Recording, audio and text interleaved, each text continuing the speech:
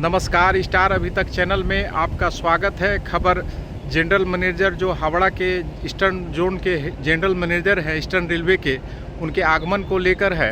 आज साहेबगंज में हावड़ा डिवीज़न के जो जीएम है उनका आगमन हुआ साहेबगंज में, और डीएमयू मेंटेनेंस शेड सहित कई जगहों का उन्होंने निरीक्षण किया। इसके बाद पत्रकारों से बातचीत की जो आपको दिखाएंगे आगे, और पत्रकारों से उन्होंने क्या कहा और यहाँ के जो लोगों का डिमांड है वो प्रेस ने उनके सामने रखा, जिस पर उन्होंने क्या जवाब दिया। इन सब बातों को मैं आपको दिखाऊंगा।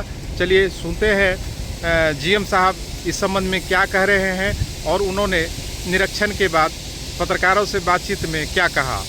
धन्यवाद। से बहुत सी यूज़र्स की डिमांड है कि यहाँ से ज़्यादा ट्रेनें चलें, लंबी ट्रेनें चलें, तो यहाँ पे थोड़ा सा इंफ्रास्ट्रक्चर का कॉन्स्ट्रेंट है। एक पिट लाइन है हमारी 12 डब्बे की, और डेमू की भी 12 डब्बे की पिट लाइन है। तो ये हम सर्वे और एसेस करने आए हैं कि क्या हम जो हमारी जो अवेलेबल ज़मीन है, जो कि इतनी फेवरेबली प्लेस्ड नहीं है, पर उस अवेलेबल ज़मीन में हम कैसे 20 या 22 डब्बे की ट्रेन का मेंटेनेंस कर सकें, पिट बना सकें। तो उसके लिए डिस्कशन कर रहे हैं हम लोग। देखते हैं आगे जाके कैसे होता है, और डिटेल सर्वे की ज़रूरत होगी सर।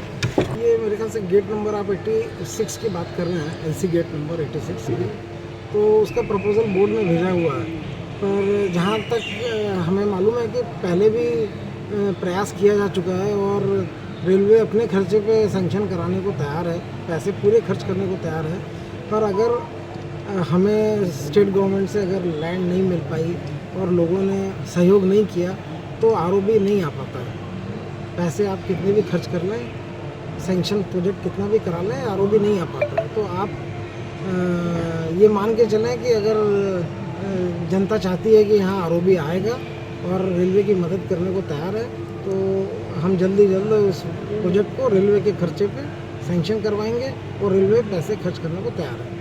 ये पिछले वैसे तो सेफ्टी हमेशा फोकस रहा है रेलवे का, लेकिन अभी जो है सेफ्टी बहुत ज़्यादा फोकस हो गया है। तो ट्रैक का मेंटेनेंस करने के लिए एक हम लोगों ने हर जगह कॉरिडोर ब्लॉक बनाया है। उस कॉरिडोर ब्लॉक को मेंटेन करने के लिए कई जगह कुछ ट्रेनें चलती थी पहले, जो अब नहीं चल पा रही हैं सर। और उसकी उम्मीद भी नहीं है। और जब तक हम यहाँ पे और तीसरा ट्रैक, चौथा ट्रैक, इसका भी FLS चल रहा है इस एरिया में, तो जब तक एक्स्ट्रा ट्रैक नहीं आएगा तब तक एक्स्ट्रा ट्रेन आ नहीं पाएंगी अभी की स्थिति में। सर, साहेबगंज से भागलपुर के बीच में एक लोकल ट्रेन है, इसके अलावा फिर कोई लोकल ट्रेन नहीं है। तो ऐसे में ये लोगों को काफ़ी परेशानी होती है, खास करके 12 बजे के बाद से लेकर के 3:30 बजे तक। इस बीच में एक भी ट्रेन नहीं है, ना लोकल है, ना पैसेंजर है, ना फास्ट है, ना एक्सप्रेस है। तो इस बीच के लिए सर यदि कोई ट्रेन की व्यवस्था हो जाए। सर ये मेंटेनेंस सेट कब तक अपग्रेड हो रहा है सर? ये भी सर, ये मेंटेनेंस सेट सर? नहीं, अभी आज हमें ऐसा लगा कि कुछ अगर हमें स्कूल की थोड़ी ज़मीन हम स्वैप कर लें, और यहाँ पे करो बहुत ज़्यादा है, उस करो को हम अगर ईज़ करने का हम प्लान कर लें तो जल्दी कर सकते हैं। 12 डब्बे की, 24 डब्बे की नहीं तो भी 20 या 22 डब्बे की तो निश्चित ही कर सकते हैं। तो बाकी एक और अलाइनमेंट सोचा है, पर उसमें पैसा ज़्यादा लगेगा और टाइम ज़्यादा लगेगा। यही सबसे बड़ी योजना है। अगर पिट आ गया और अगर हम यहाँ पे मेंटेन कर पाए तो ट्रेन चलने से बड़ी क्या योजना हो सकती है। तो और बाकी जो थर्ड लाइन और फोर्थ लाइन का FLS और सर्वे हो रहा है, उस समय भी हम लोगों को लैंड की ज़रूरत पड़ेगी। उस समय भी लोग बाग अगर सहकार्य करेंगे, तो जैसा वहाँ पे कलकत्ता एरिया में 4-4 ट्रैक हैं, 5-5 ट्रैक है, यहाँ पे तो सिर्फ 2 ही ट्रैक हैं। तो निश्चित ही आगे और ट्रेनें बढ़ने का स्कोप है, प्लानिंग तो कर रहे हैं। सर, पिछली बार सर जीएम साहब आए, सामने का ही एरिया है जहाँ पे बाहर की पब्लिक है, पीछे से कोई पब्लिक को कोई एक्सेस है नहीं। तो अभी तो ऐसा लगता नहीं है कि उसकी कोई एक्सेस तो है सर, काफ़ी है ज़रूरत है, या अगर एक्सेस है स्टेशन की, तो मुझे नहीं लगता कि स्टेशन की एक्सेस तो नहीं है मेरे ख्याल से। अभी जो मैंने अभी स्टडी किया है उसके हिसाब से तो हमारा यार्ड की लाइनें हैं। नहीं, उधर से नहीं है सर। इसको रोड तो ठीक करे, किसी भी रेलवे स्टेशन की अप्रोच जो है वो कम से कम 6 मीटर 7 मीटर तो चौड़ी होनी चाहिए, वो मुझे दिखी नहीं। जी जी। तो मेन एंट्री आपकी इतनी ब्लॉक्ड है, तो उसको ठीक करना मेरे ख्याल से सबसे पहली प्राथमिकता तो वहाँ होनी एक्चुअल में ज़्यादा चाहिए। और जल्दी हम उसका टेंडर भी करेंगे। 65-70% लैंड एक्वायर हो गई और जैसे ही 90-95% आता है तो एक गोड्डा से महागामा तक का पहले वो करेंगे।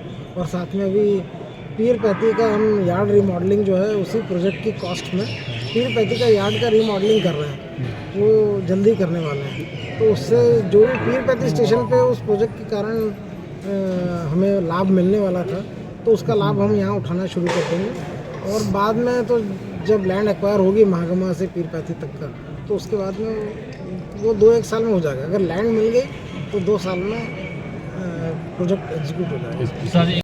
यहाँ भीड़ ज़्यादा देखी हमने, तो हमें ऐसा लग रहा है कि एक बोगी का वो है, तो हम जनरल बोगी एक और बढ़ाने का सोच रहे थे। एक एसी भी एसी बोगी का तो यहाँ फैसिलिटी वैसे है नहीं, और जनरल बोगी हम इमीडिएटली लगा सकते हैं। तो वो तो हम करते हैं, जब फैसिलिटी होगी तब भले उस जनरल बोगी को हटा के चेयर कार भी लगाया गया सर।